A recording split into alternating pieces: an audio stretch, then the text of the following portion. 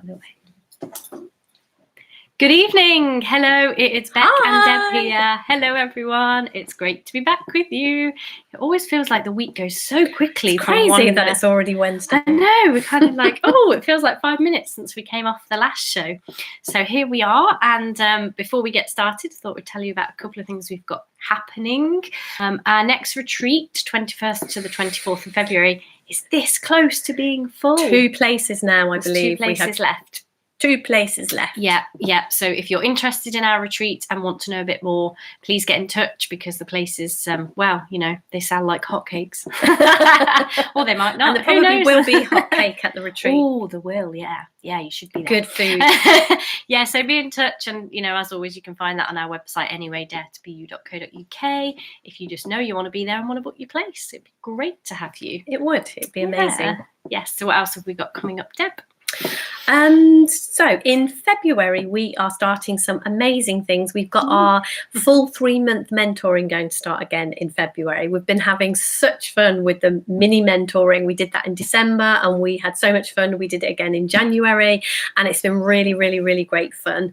And we had a call with a lady today and it was almost tears at the end because it's kind of like our full mentoring is almost coming to an end.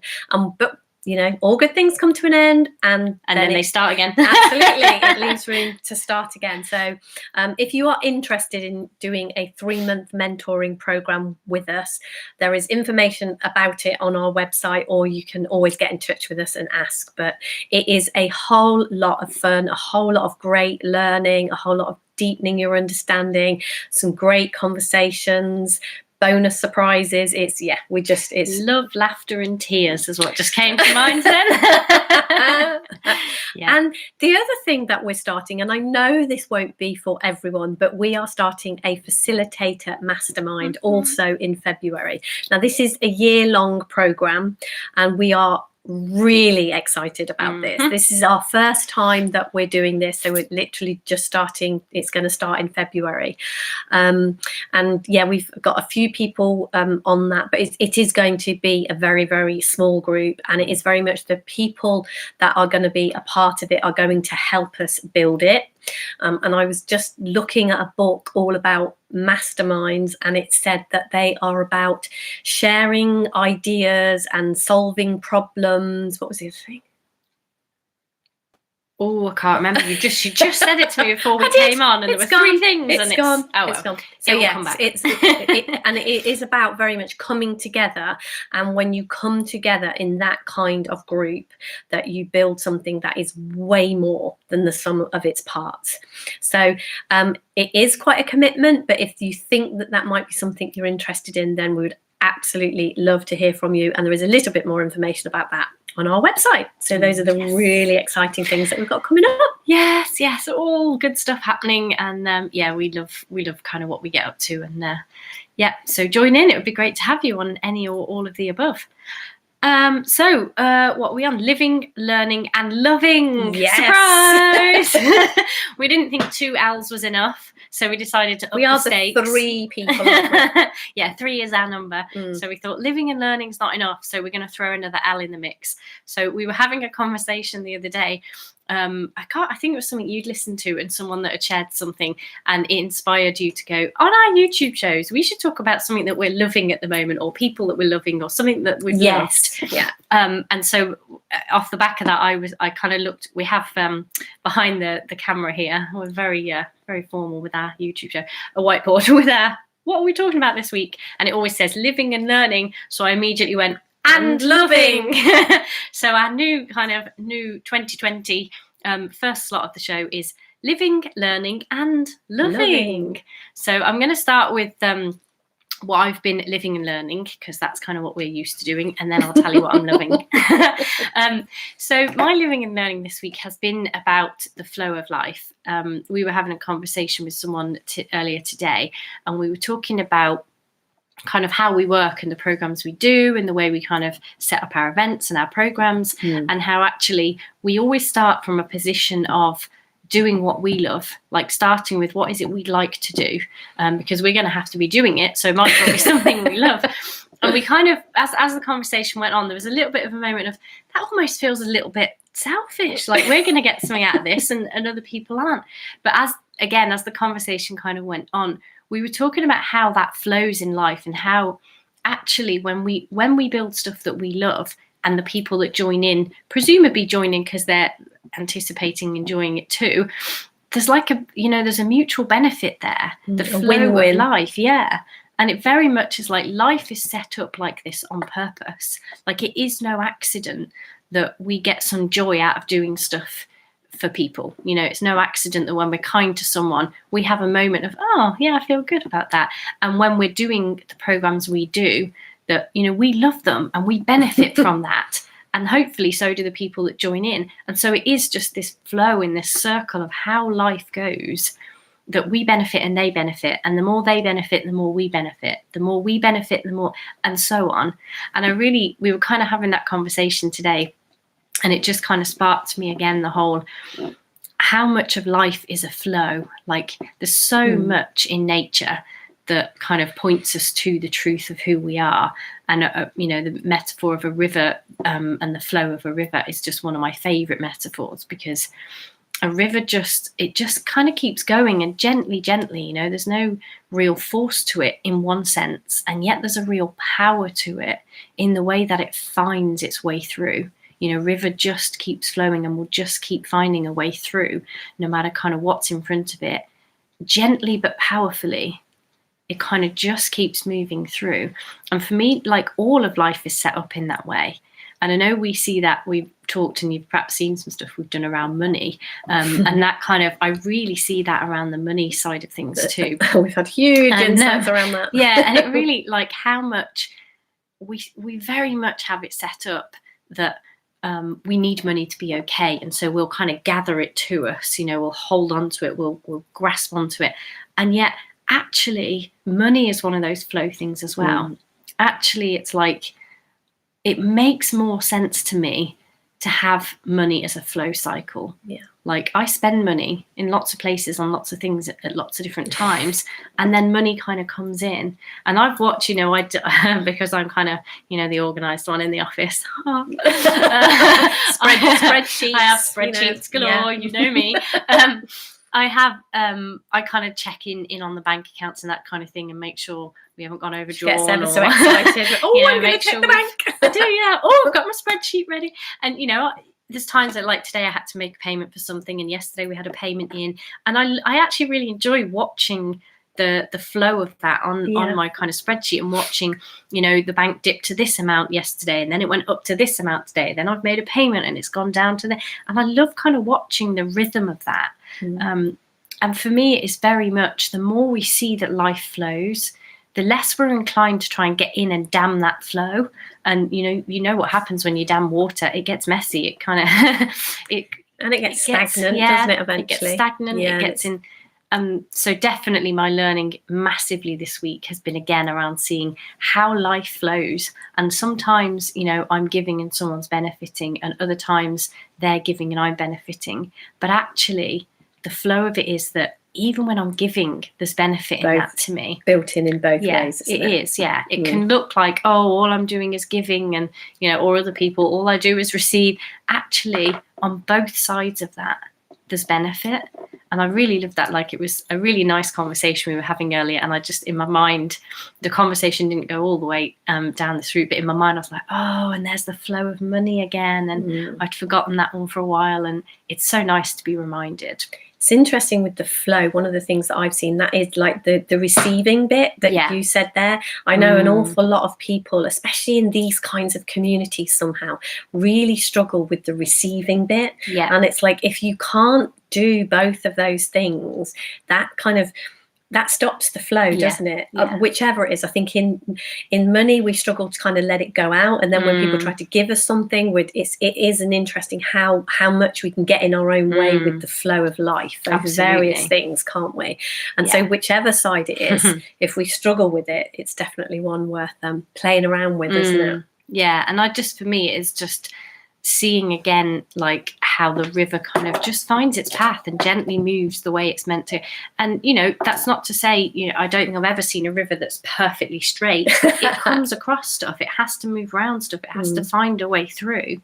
And I'm doing this with my fingers here to kind of demonstrate a flow, but it probably isn't quite that circular either. The flow's maybe a bit more over here and then up here and around here, and life has a flow to it.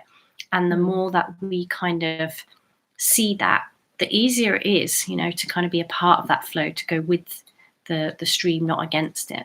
So yeah, that was my living and learning.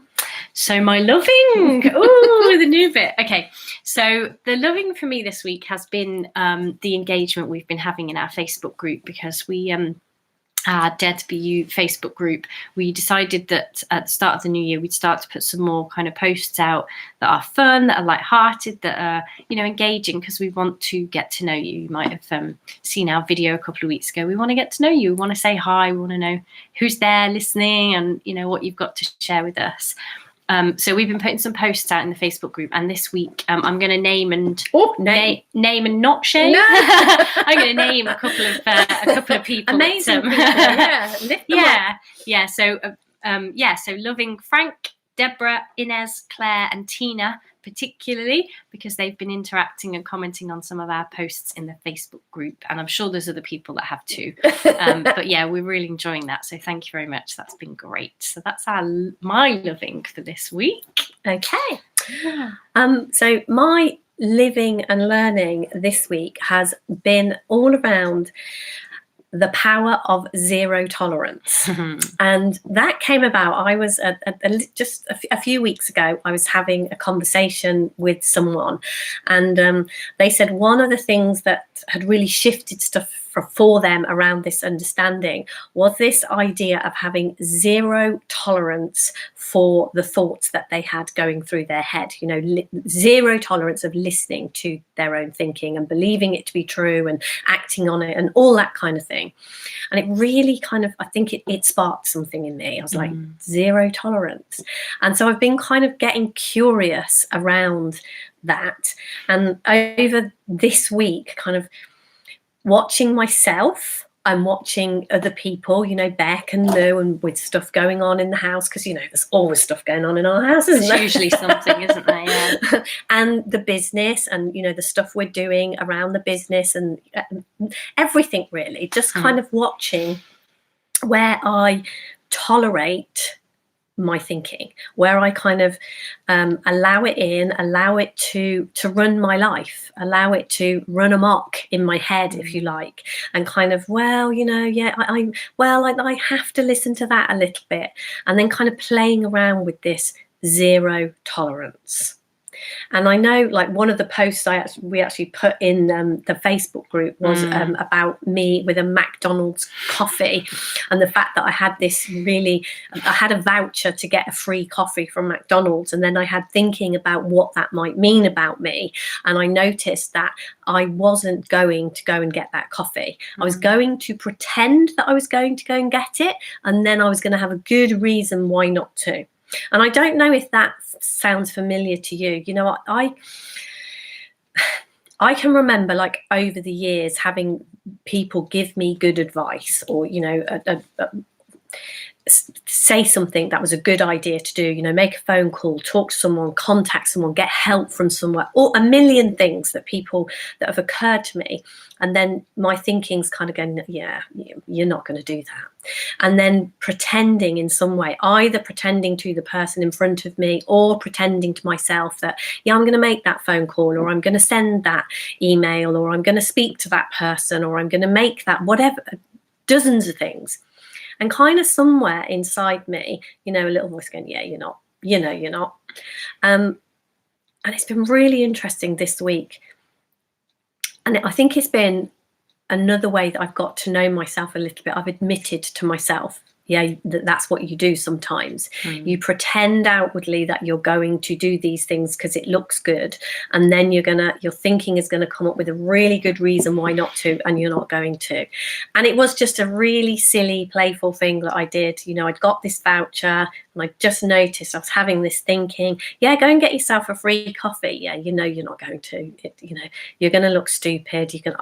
I can't even tell you, to be honest, what the stupid thinking was. But I was like, wow. And kind of having what happens if we have zero tolerance for any kind of thinking, really. If we just don't follow our thinking, what happens? What is the outcome?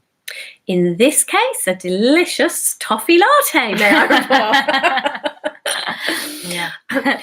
Which is kind of amusing. It's kind of like, a big deal. But what I see is it's those little places where we kind of let our thinking get away with stuff, if you like. And then, the bigger stuff, it's like it's gotten in, hasn't it? So, I love the idea of the zero tolerance, and definitely it's been teaching me a lot this week. And like I say, and I'm sure you've had a similar experience, we can watch other people when they're talking about, one of the things that we do when we have clients and things like that is people, they might come with stuff, they might start to tell us, things. And it looks to me like our job as we are sitting here is to have zero tolerance of the thinking that they are sharing, the stories that they are sharing with us, and in a very gentle, kind and considerate way, help them see that the thing that is getting them into trouble is how much they are listening to and believing the thinking they are having in that moment. So that's been great learning for me about It always makes me think of a little 2-year-old child having a tantrum and stomping their feet when Deb says zero tolerance for my thinking. I kind of picture Deb's thinking as a little toddler stamping its feet going, but listen to me, Deb, listen to me.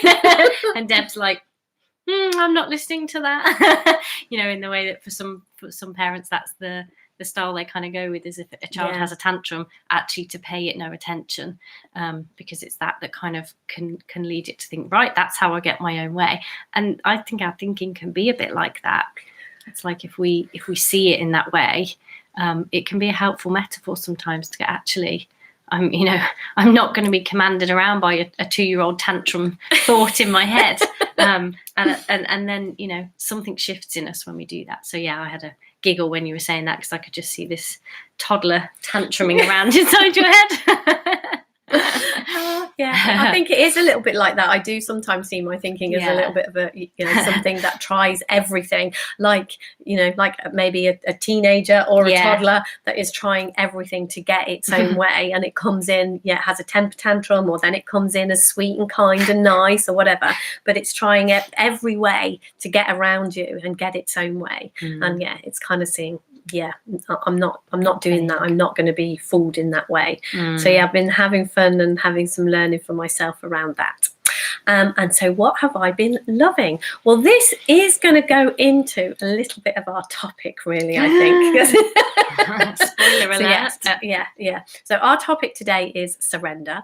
And I have been really loving this week a book that I have been reading by Michael Singer. Is that true? The Surrender Experiment, which has kind of got me really excited about the whole idea of surrender. So I've been loving reading about it. I've been loving learning, and seeing, again, opening myself up to seeing something new, because I think one of the things that I love reading books, and I love listening to stuff. I love doing that, and I think we can. I know for me, sometimes I can get into a place of thinking, I know something. I know this, and it's so lovely to hear something new in these books, and to see something and see it afresh again. So I'm loving reading Michael Singer's book this week. That's what I'm just loving. Ooh, nice. Now I want to do more things that I'm loving.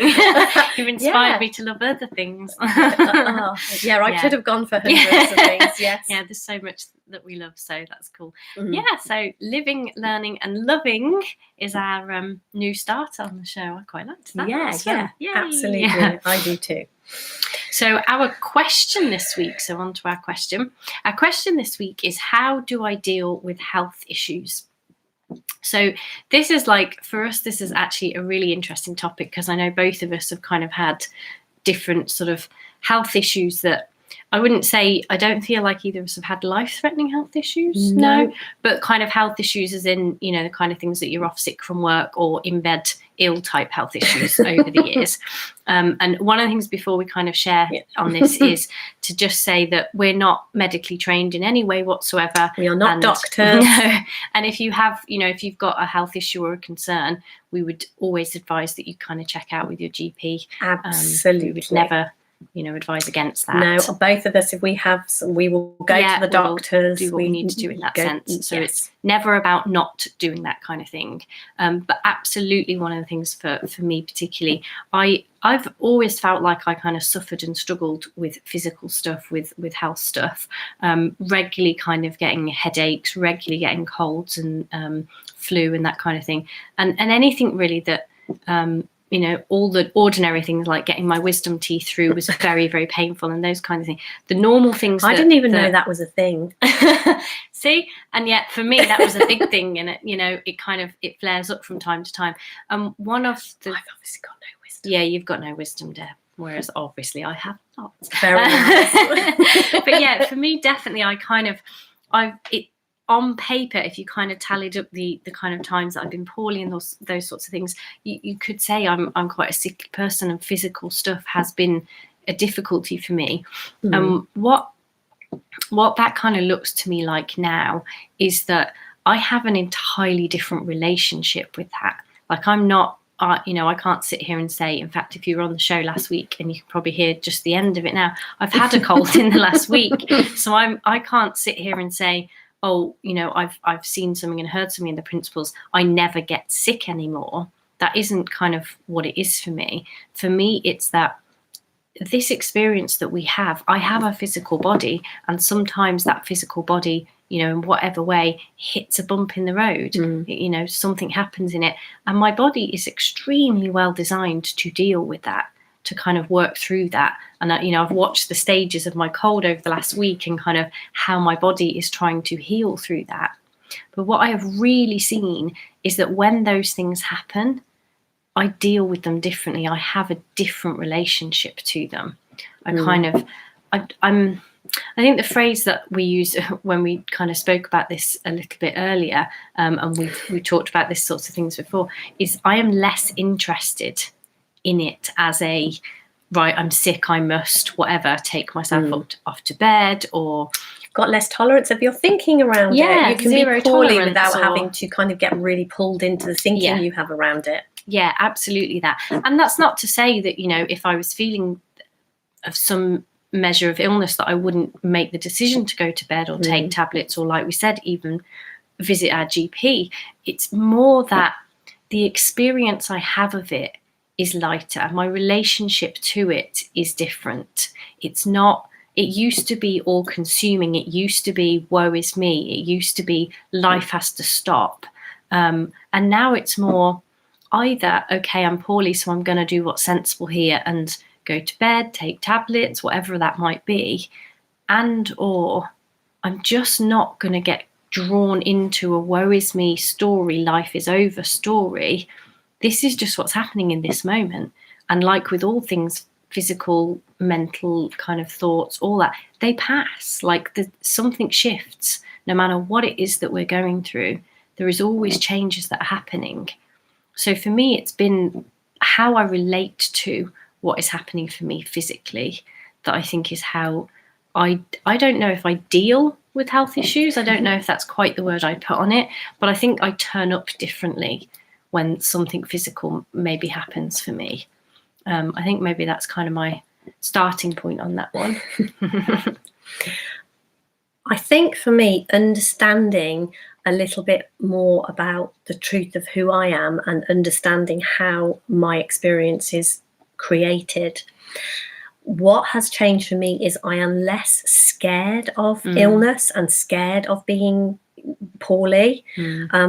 There's a couple of things that have changed. First off was I was an incredibly sickly person. I used to have a headache most days. I kind of just got to a place where I learned to function with a headache.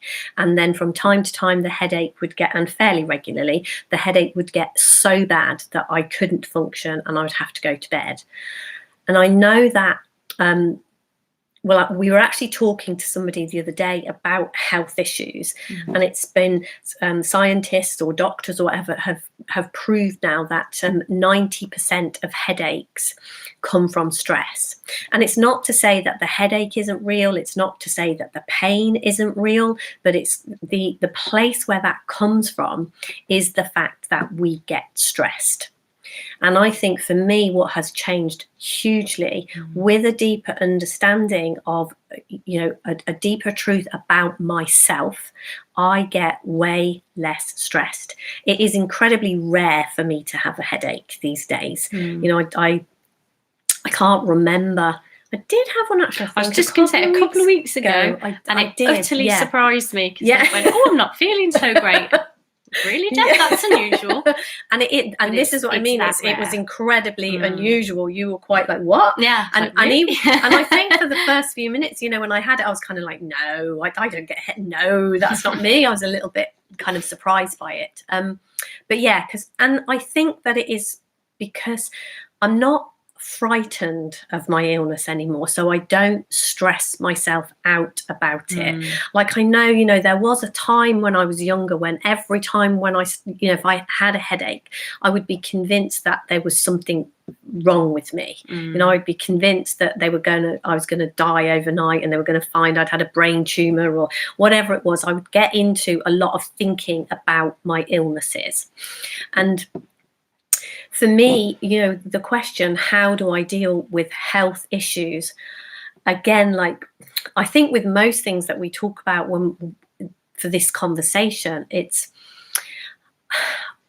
we come with, I've got this health issue, how do I solve it?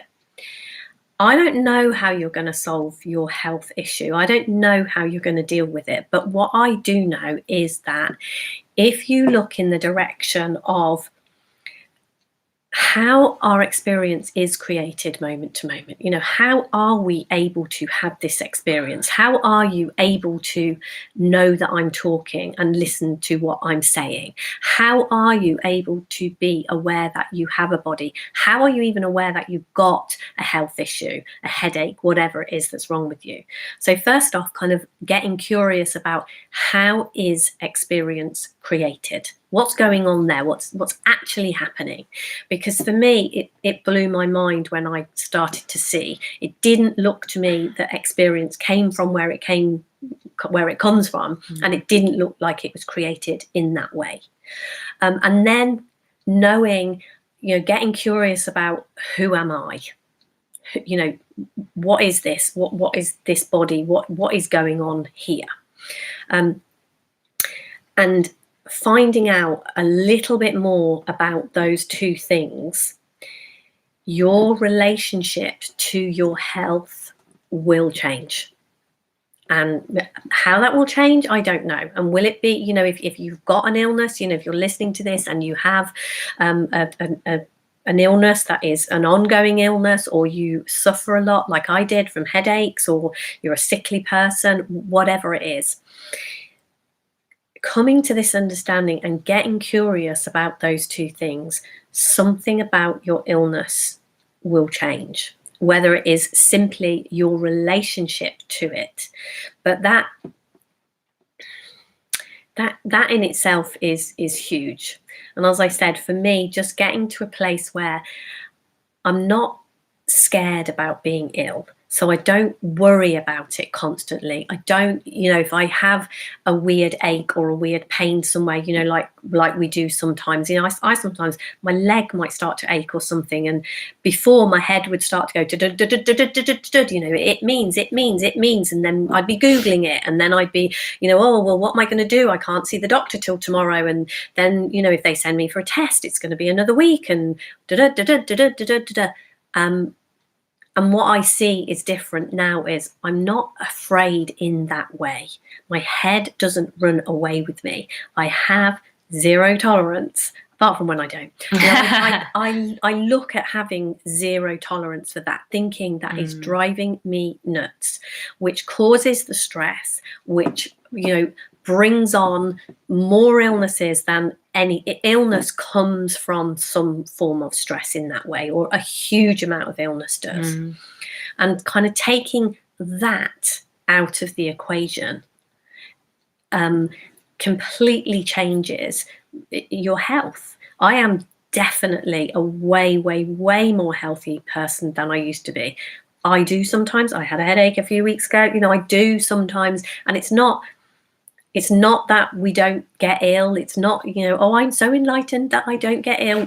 I do, and that's okay. I'm good with the fact that I get ill. I don't make it mean anything. I don't let my head run away with the stories that it's going to tell about that illness. I rein that in, and somehow the illness is, I have way, way, way less illness. And when I am ill, it is one of the things when we were having a conversation earlier that, one of the phrases that kind of came out of our mouth when we were talking about this was, I have a headache, but the headache doesn't have me.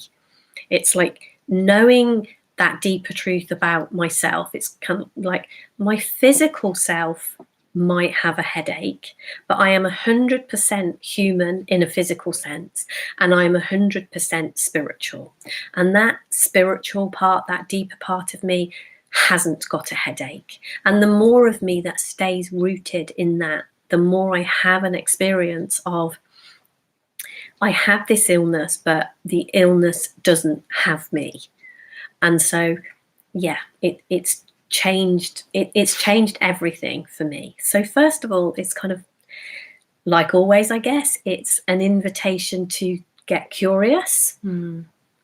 If health issues are your thing, I think that there is definitely something to be gained from this understanding, from getting a deeper sense of the truth of who you are, and looking at how experience is created, looking at, one of the ways we talk about that is through these principles that are always playing out, beginning to get curious about that and looking in that direction. Yeah, I really loved when you came back around to the zero tolerance thing, because I think for me, what I kind of see in that is that there's a couple of things that really come out of that for me really beautifully, is that when we're playing around with that idea of zero tolerance, one of the things that happens is we project a lot less when we're not tolerant of our thinking in that way. So we end up coming back to now, and it's like, now in this moment, I might have a bit of a sniffle in my nose, but I'm not projecting into the future where, I've kind of effectively put myself in a hospice got to the end of my life because of this cold, whatever it might be. We're very good at having something that's happening now and projecting that into the future to effectively, like when Deb said she got a pain in her leg. 10 minutes down the line from that, she's amputated her own leg because it got so bad. We're very good at creating that. And I think the zero tolerance thing reins that back in. It brings us back to now. And it's like, right now I need a tissue to blow my nose. That's it. There's nothing more going on here. And it is that. So that's one of the things for me that zero tolerance does. And then the other thing that happens for me when there's less tolerance of my noisy thinking, there's more tolerance for my still quiet voice of wisdom, which might say, go to the doctor, which might say, buy some more tissues, whatever that might be. It might even just say, be less tolerant of your thinking. That might be the most wisdom I need in that moment. It might say rest. It might say, there's thousands upon thousands of things that our wisdom brings to us. But the less that we are playing with the noise in our head, the more we hear that wisdom, that guidance that we need in that moment, whatever that issue is for us. So I loved, that we came back around to zero tolerance. That was great. And then, like, the other thing that kind of came to me as you were talking, and this I think is sort of a little bit off the back of the zero tolerance, is that I think sometimes we can come into, either this conversation or anything else that we sort of look at as a fix all for maybe health issues, and we kind of come into it maybe saying, I don't know, on a day-to-day level, my pain is at, say, a 4 or a 5 out of 10. But when I'm worried about it, when I'm kind of making it more than it is, when I'm projecting into the future, when I'm thinking about nobody's giving me enough, people aren't giving me enough sympathy, whatever it might be, when I'm piling that thinking on, my pain level shoots up to maybe 8, 9, 10. And I think sometimes we can come into this kind of conversation with what I really want is 0. And I can't promise that's available. I don't know if your pain levels, your health issues can be a 0. I don't know that.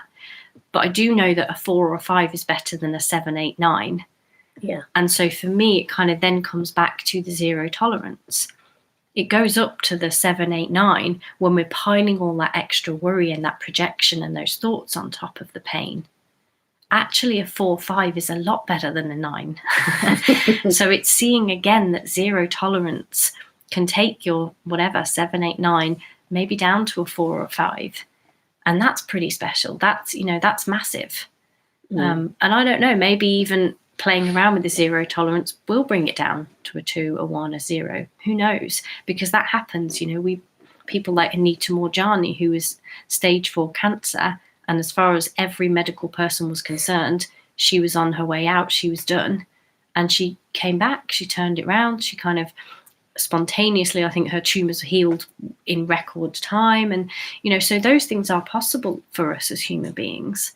But it's not something we can promise in that sense. But what I do know is exactly like Deb said, we can have headaches, we can have colds, we can have whatever it might be, but they don't have to have us. No.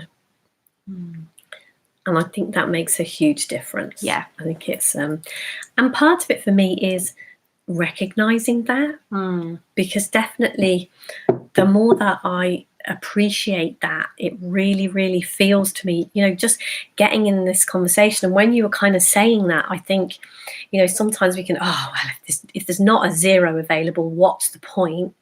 And I think that again is stressful thinking. That stresses us out more. And for me, kind of the playing around with the zero tolerance is noticing that my thinking is now tricking me by saying, this is only going to be good enough if it's 0. So what's the point? And that in itself puts stress onto us.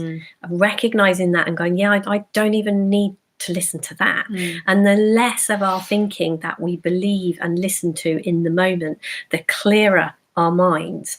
And all illnesses will be worse with stressful thinking added into the mix, with us entering into the terrifying stories we tell about our illnesses. It's always going to make it worse. Whereas a clear mind and and being ill, it brings us back to I have this illness but it doesn't have me. And I think that is a hugely different place to come from.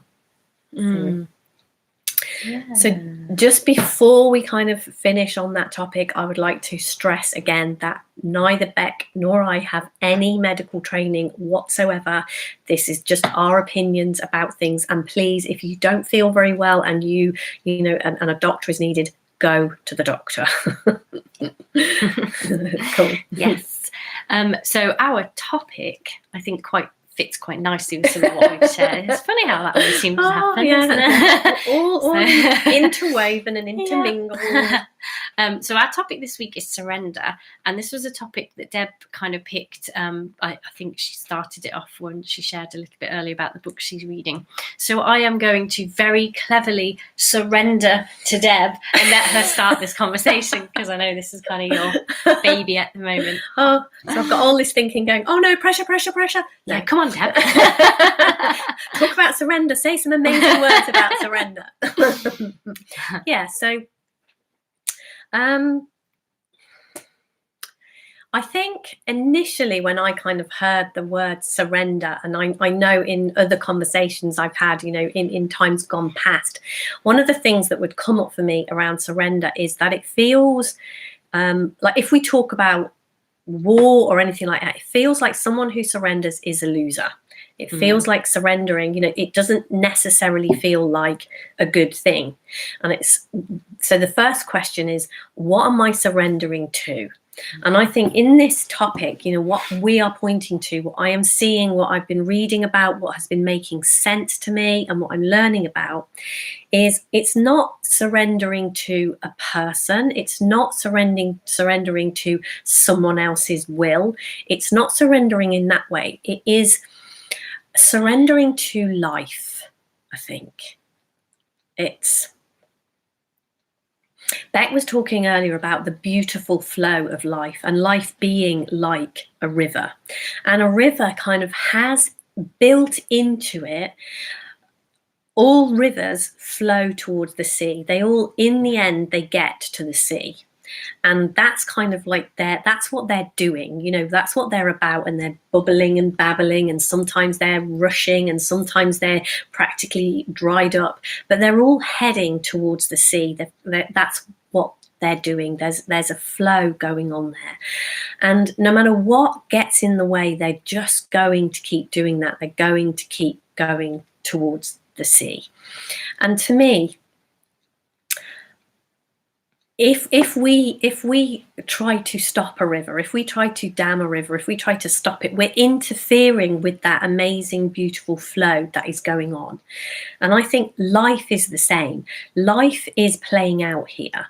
There's loads of things going on in my body that I have no control over. I'm not even aware. I've got things, like a pancreas, and that's doing something, I'm guessing. And through friends of mine having diabetes, I know that I have insulin does things in my body. Goodness knows what. If you gave me some insulin and said, do whatever your body does with this, I have no clue what it does. Something to do with sugar, apparently. See, not medically trained at all. no medical training. And I have all sorts of other things that I couldn't even name in my body, and all sorts of things are going on and in your body right now, for all of us. I'm breathing, I'm goodness knows what I'm doing, and it's all life is lifing through me, and it is a flow, and it is happening. And then it feels like there are places in our life where we have to really get involved and really get into doing stuff. And what I've seen with the surrender, and what I've seen around that, is it's like allowing that flow. So it's not that we don't do stuff.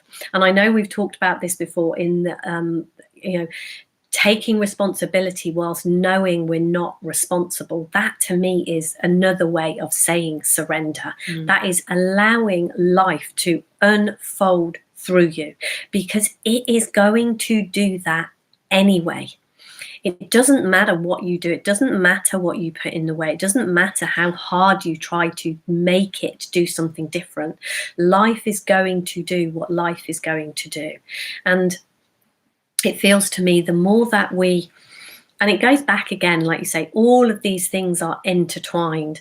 When I have zero tolerance for my thinking, I am surrendering to life. I'm surrendering to that deeper truth of who I am. And it does not look like, if you know us, if you've been on our YouTube shows, if you've kind of been around us on Facebook, if you know anything about us, life doesn't sit back and do nothing. That is not surrender. Doesn't mean do nothing. Surrender means listening to something deeper within you than all that crappy thinking that we all carry around with us. All that crappy, you're not good enough, and you can't do this, and you shouldn't do this, and you're stupid if you do this, and blah blah blah blah blah blah blah. Having no tolerance for that, and getting to know yourself, so that you are aware that this deeper spiritual truth of who you are is always present. and is always available and is always guiding you and is always flowing, and is the flow of that, the flow of life through us is immense and it is beautiful. If you have ever fallen in love with anything or anybody and you have felt that running through your body, that is what surrender is like. In that moment when you felt that most amazing, most beautiful, most connected feeling, that was complete surrender in that moment. And then you made up a story that it was about this person that was standing in front of you, that it was about something else. And when we have zero tolerance for those stories and just feel that connection and feel that love within us, that is what we are surrendering to. And we just start to feel beautiful and feel connected and feel filled with this flow of life or love in all moments. And the more that we surrender to that, and we don't even know why, there's not a reason. And it is the stories that we make up that we give it a reason, and that is what trips us up and takes us away from that and takes it out of us. Because if that beautiful feeling of love was to do with the person that's in front of you, then that person in front of you has always got to be a certain way, has always got to be there, or has always got to be a certain way, or has always got to do something, or you have to do something. And the more that we surrender, the more that we begin to see this beautiful place within us, the more life just unfolds from that flow, from that source that is within us.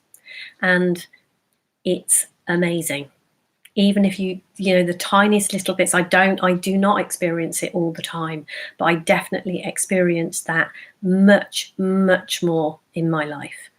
And taking that back round to the health issues, the more that we experience that is incredibly nourishing for us, both for our spiritual, the spiritual part of us, and for our human physical part of us. It's incredibly nourishing to experience that. So I feel like I've been, I was just completely surrendered to that moment. That was really nice. Thank you. That was really good. There's a couple of things as you were talking. One of the things I love about when we work together and share in this way is that what inevitably happens is, as Deb's talking, I'm like, oh, I know what I can talk about next. Oh, I know what's going to come up for me.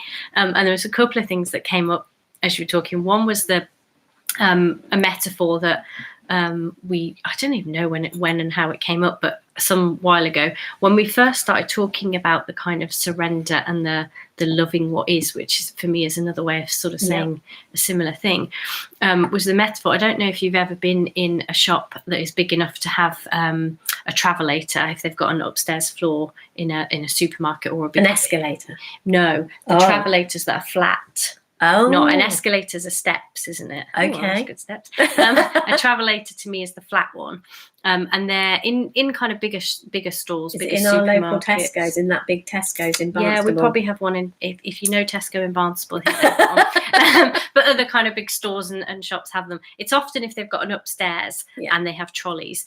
Yes. And it is those flat ones that kind of go, and they're designed that when you put the trolley onto it, it kind of locks the trolley in place. There's like some connection between the trolley wheels and the actual travelator. And so if you're trying to push your trolley up it, you kind of can't move it. It's like it's fairly stuck.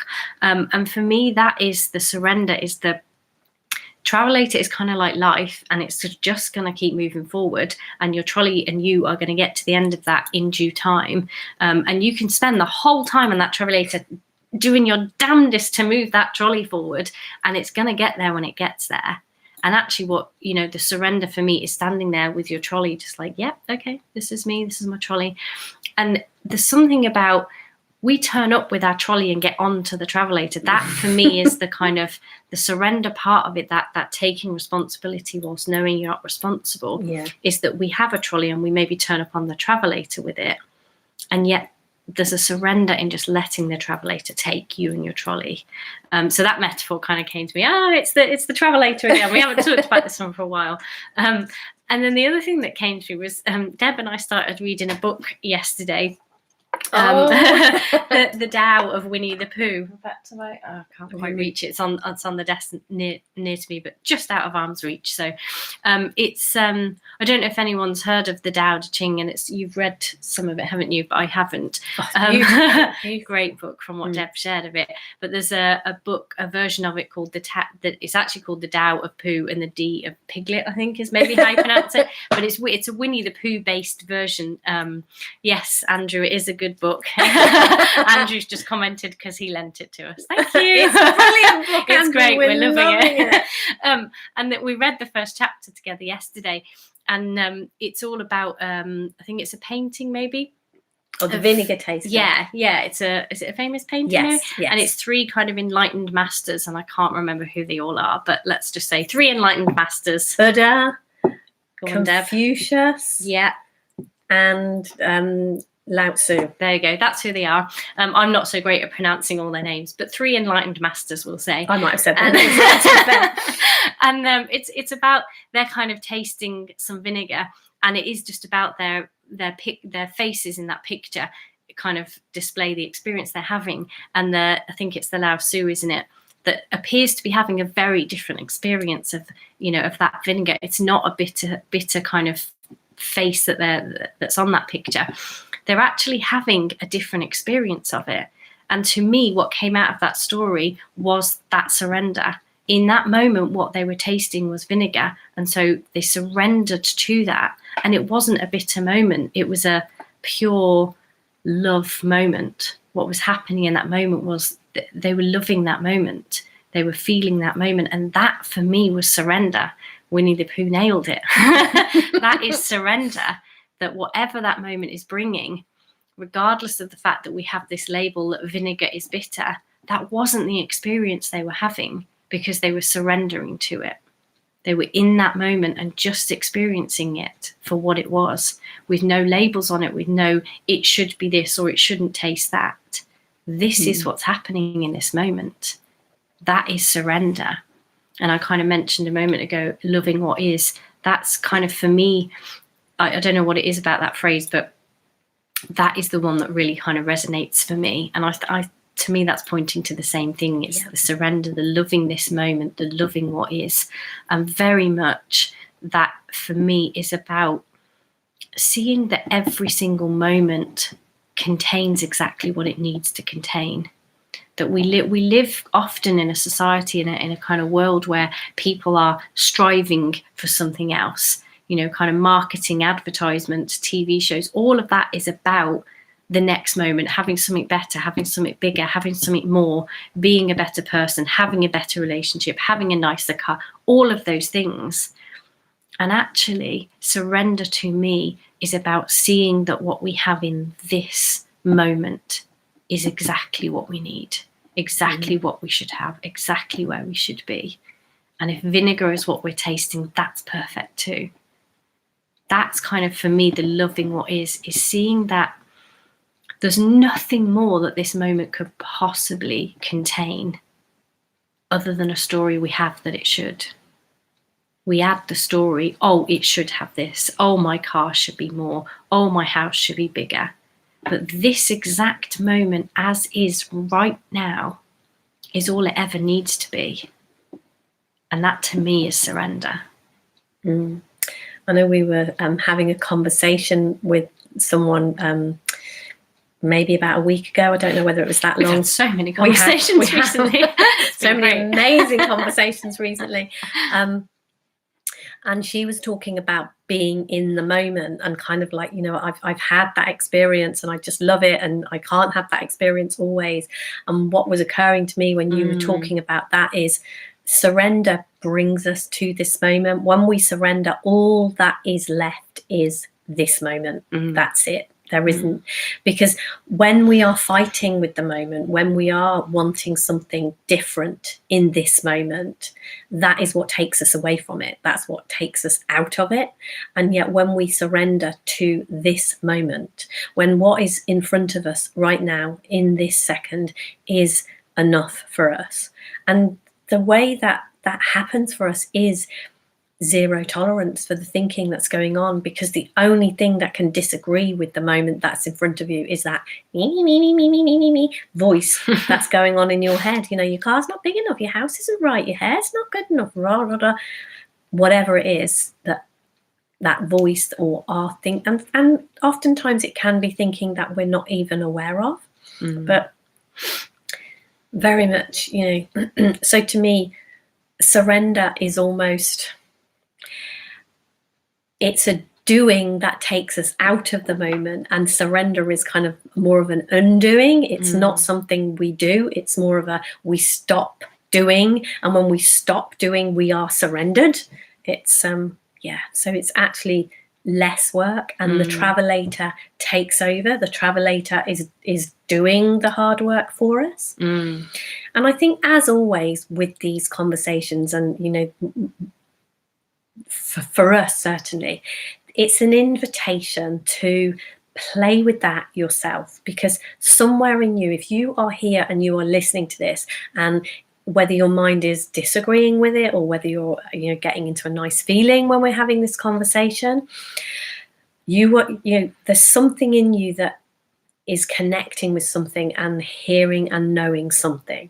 So the invitation here is to get curious and find what makes sense to you, because we have used surrender, we've used the word loving what is, we've used the phrase taking responsibility whilst knowing we're not responsible, and they're all kind of different ways, like signposts of pointing to the same thing, and something that is impossible to put into words, and yet entirely possible for you to have an experience of, and kind of go, yeah, I know what you mean, and then probably say something completely different to what we've said, because that's what makes sense to you. That's your wisdom coming through.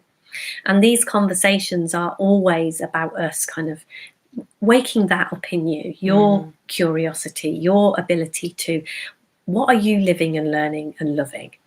And we would really, really, really love it if, you know, anything is coming to you, share it with us. Like Beck said, one of the things that she, you know, her loving this week was the people that are interacting with us. We love people interacting with us. So if there is anything you would like us to talk about on any of these shows, anything that's coming up for you, you know, during today, any comments, anything, we would really love for you to share what's going on for you. Yeah, what just came up then when you said that about the being in touch and sharing, if you happen to be watching this and you're not on our newsletter and you don't know this, we are offering half-hour free calls just to connect with people and say hello and share anything that's coming up for them. So if you're watching this and you didn't know we were doing that, get in touch. We'd love to, you know, hang out with you for half an hour and chit chat and say hi. And yeah, if there's stuff that any of this has brought up for you that you'd like to go, what about here? Or, yeah, I heard that, but this. We love having those conversations. And like Deb said a minute ago, we were having a conversation the other week, and we were kind of like, who, what, where? Because we've done a few of those in the last couple of weeks, and they are just, we have a lot of fun, don't we? Do. Kind of meeting people that we haven't either spoken to before or spoken to in a while, and reconnecting. And yeah, if there is stuff that you want to know from what we're sharing here, we'd love to be in touch and have a call with you. If you would like to do that, you can, comment below or drop us a message somewhere. We're fairly easy to find and get hold of, I think. Oh, yes. And, you know, we do have clients, we do work with people. So if that is something you're interested in, you know, have one of those calls and see if anything that we're doing, the mentoring, the mastermind, you know, we have got 2 spaces left on the retreat. You come along to the retreat. If anything like that is making sense to you, you know, reach out to us. We have a lot of fun, and that's kind of what we're about. And obviously we love working with people. We love taking people slightly deeper in this, or a lot deeper sometimes in Yep. this conversation, and kind of working out, you know, what this means for you, and how do you get curious, and what do you do.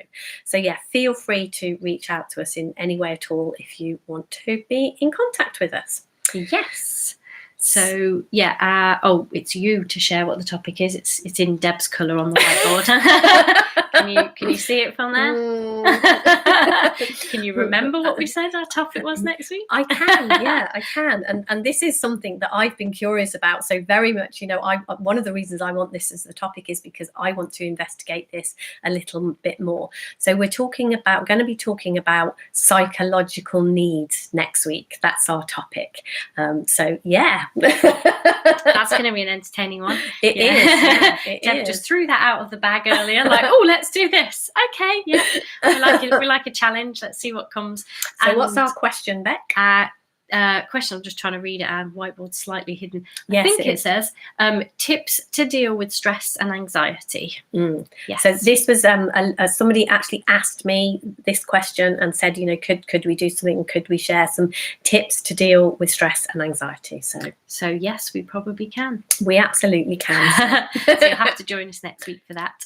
And just quickly, we have our challenge tomorrow in the Facebook group. So if you're on Facebook and in or want to be in our Facebook group, please do that, and we'll be doing a live sort of 9:30ish, I think, tomorrow, to do a challenge. We always like to challenge ourselves, as you may well know. Yeah, and we're so inviting you can, to share with us and join in. Find out what that's going to be about. We'd love to have you on board for that.